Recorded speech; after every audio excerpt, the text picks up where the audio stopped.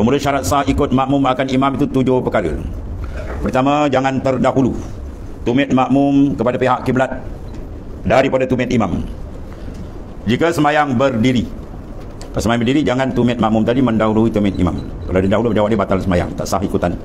Dan kalau terdahulu punggung imam dari punggung makmum daripada punggung imam, jika ia sembahyang duduk, sembahyang duduk, jadi maknanya jangan punggung, dikit punggung. Dan jangan terdahulu lambung makmum pada lambung imam jika sembahyang baring. Ni hebat, sembahyang berjemaah apa baring? Baring boleh sembahyang jemaah, hebat. Dia berdiri untuk sembahyang jemaah. Tetapi jika bersamaan tumit makmum dengan tumit imam, jawab dia, sahlah sembahyang makmum tetapi makruh, bermakna tidak dapat pahala jemaah. Ya, kalau bersamaan, sama rata je.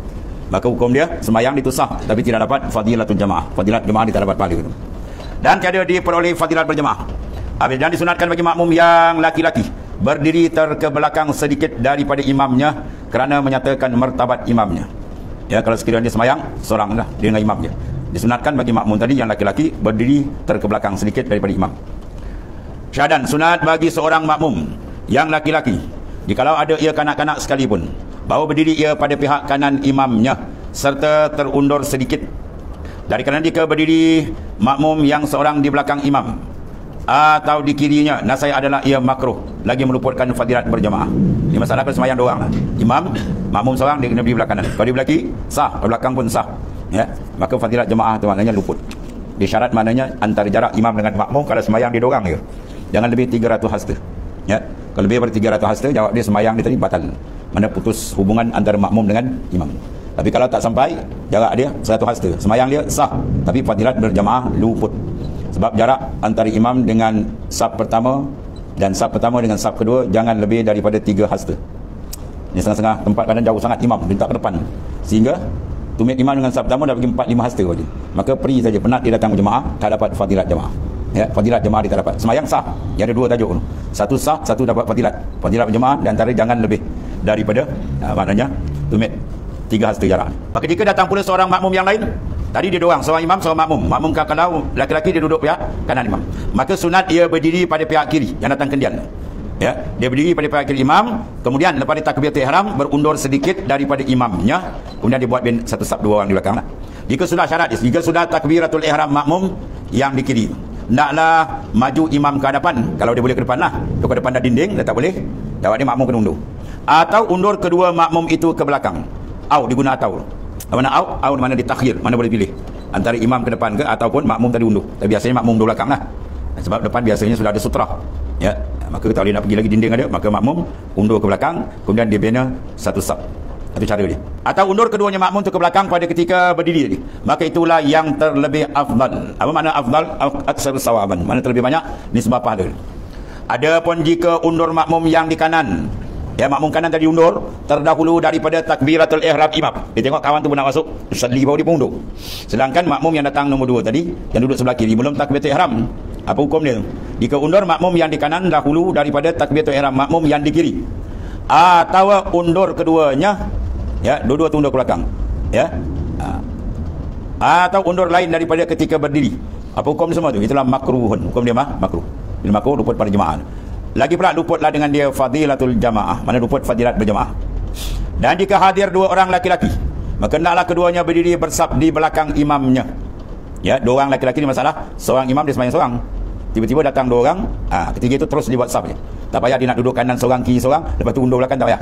Ya, dia terus buat satu saf di belakang. Dan demikian lagi apabila hadir seorang perempuan atau lebih, naklah ia berdiri di belakang imam. Kedudukan perempuan tadi di belakang imam. Dan jika hadir seorang laki-laki, ikut sembahyang di rumah masalah ni lah, ya, dan seorang perempuan, anak laki seorang makmum, ibu dia seorang ke, maka kedudukan dia naklah berdiri laki-laki di kanan imam dan berdiri perempuan di belakang laki-laki itu. Ya, dia berdiri di belakang laki-laki itu. Atau susunan dia. Jangan dia buat satu saf pula laki perempuan. Dia mina wadud lah ni. Dan jika hadir 2 orang, ya, dan jika hadir 2 orang laki-laki dan seorang perempuan atau khunsa, maka naklah berdiri 2 laki-laki di belakang imam dan berdiri seorang perempuan atau khunsa di belakang 2 orang lelaki tadi. Dan jika hadir seorang lelaki dan khunsa, ya, dia khunsa bila itlaq dalam kitab fiqh, mana khunsa muskil. Dia ada 2, satu khunsa wadih. Khunsa mana orang yang 2 alat, ada 2 alat. Maka kalau kedua-dua alat dia berperanan, ya, maka hukum dia tu khunsa muskil. Yang ini dikenaki dalam kitab fiqh. Bila dia itlaq khunsa, mana khunsa muskil. Ada pun kalau khunsa tu wadih, mana dia terang. Yang berfungsi laki-laki, yang perempuan punya alat saja je. Maka hukum dia laki-laki, aurat dia laki dan seterusnya hukum laki-laki lah. Dan begitu sebaliknya. Kalau yang berfungsi perempuan, maka hukum dia perempuan. Aurat dia pun cara perempuan. Jadi kalau kita fiqh itlaq khunsa, mana dia kena khunsa muskil. Jadi jika ada seorang laki-laki dan khunsa, ya, dan perempuan, ya, tu tiga dia ni. Laki-laki seorang, khunsa seorang, perempuan seorang. Jawab dia, hendaklah berdiri laki-laki itu di kanan imam, berdiri khunsa di belakang imam, dan berdiri perempuan di belakang khunsa.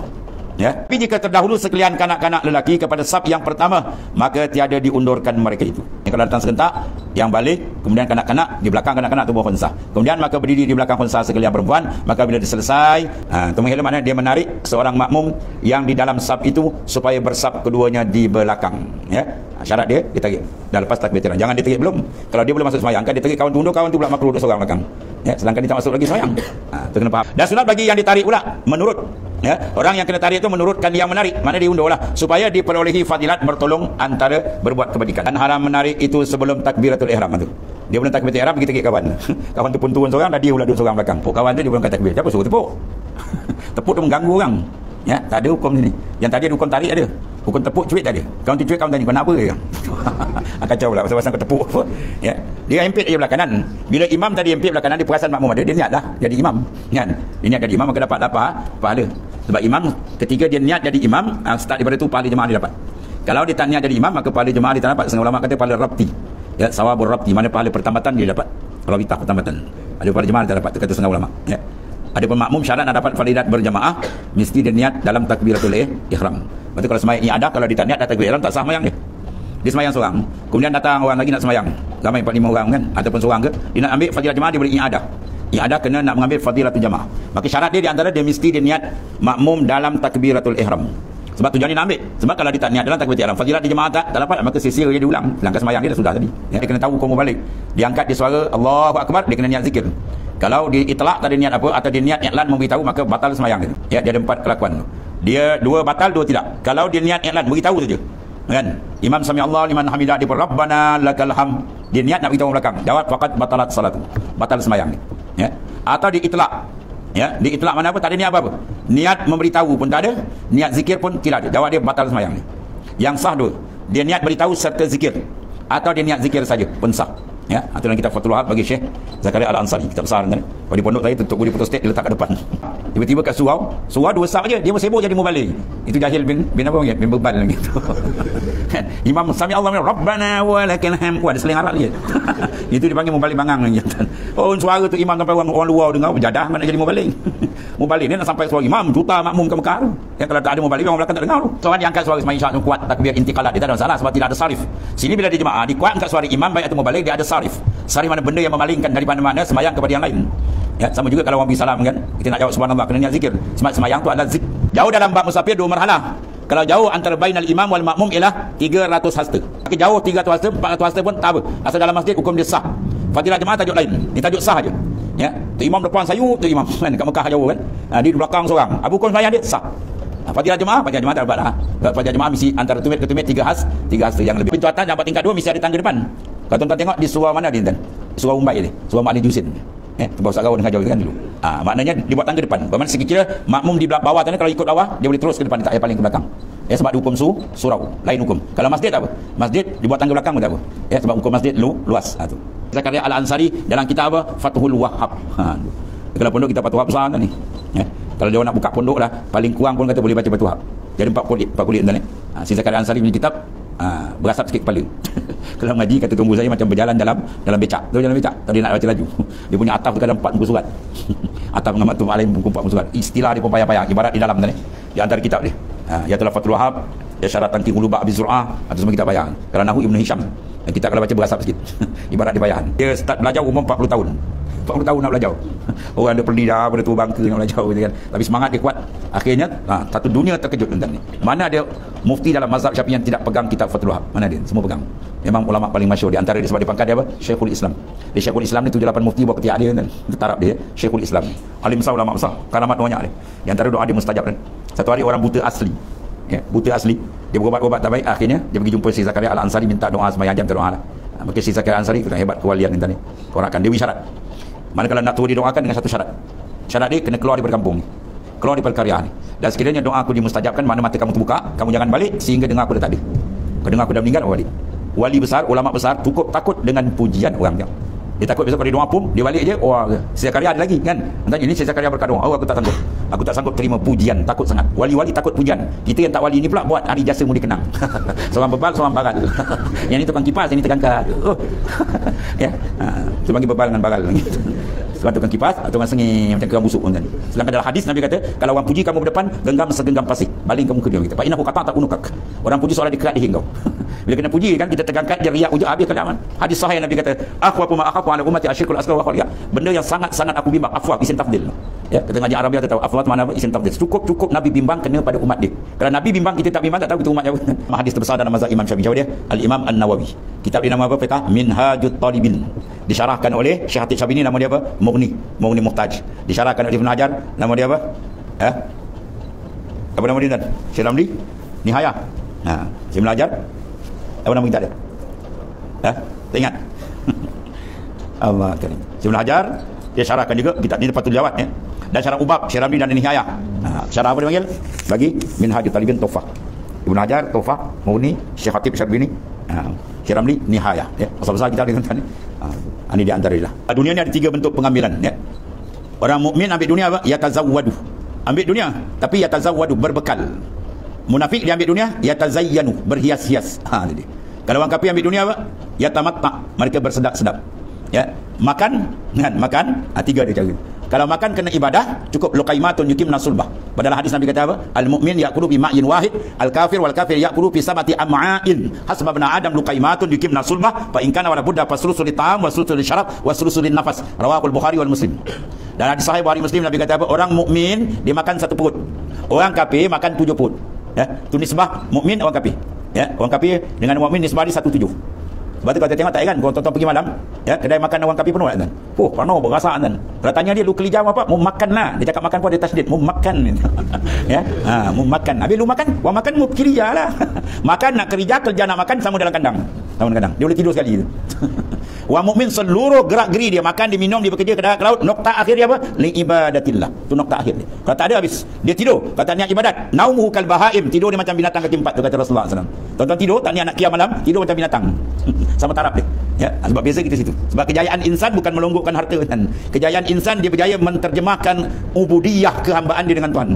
Wa ma khalaqtul jinna wal ins illa liya'buduni ay illa ya'rifun. Ialah aku jadikan jin manusia melainkan supaya mereka mengenali Allah Ta'ala, mengabdikan diri dengan mana mengenal dan terusnya mengabdikan diri.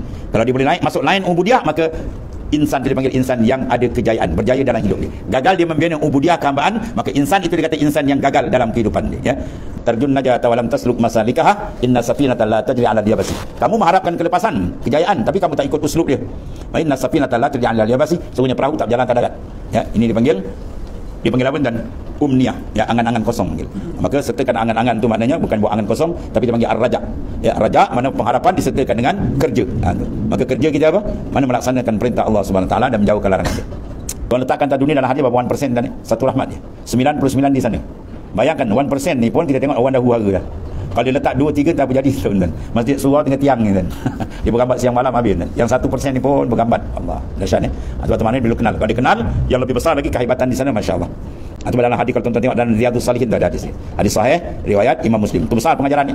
Wa yu'ta bi an amin nas min ahli an-nar wa yusbahu sabatan fin nar wa yuqalu lahu hal marra bika na'imun qad qala wallahi la wa yu'ta bi ashaddin nas bu'san min ahli min ahli jannah wa yusbahu sabatan fil jannah fa yuqalu lahu hal marra bika shiddatun qad qala wallahi la. Rawahul Muslim. Dua pandingan besar ni ringkas dia. Di bawah datang besok orang yang paling hebat nikmat dia, paling kaya, paling senang daripada zaman Nabi Adam dia lah, ya, tapi tak tahu siapa dia. Tapi malangnya dia min ahli nar, daripada ahli neraka.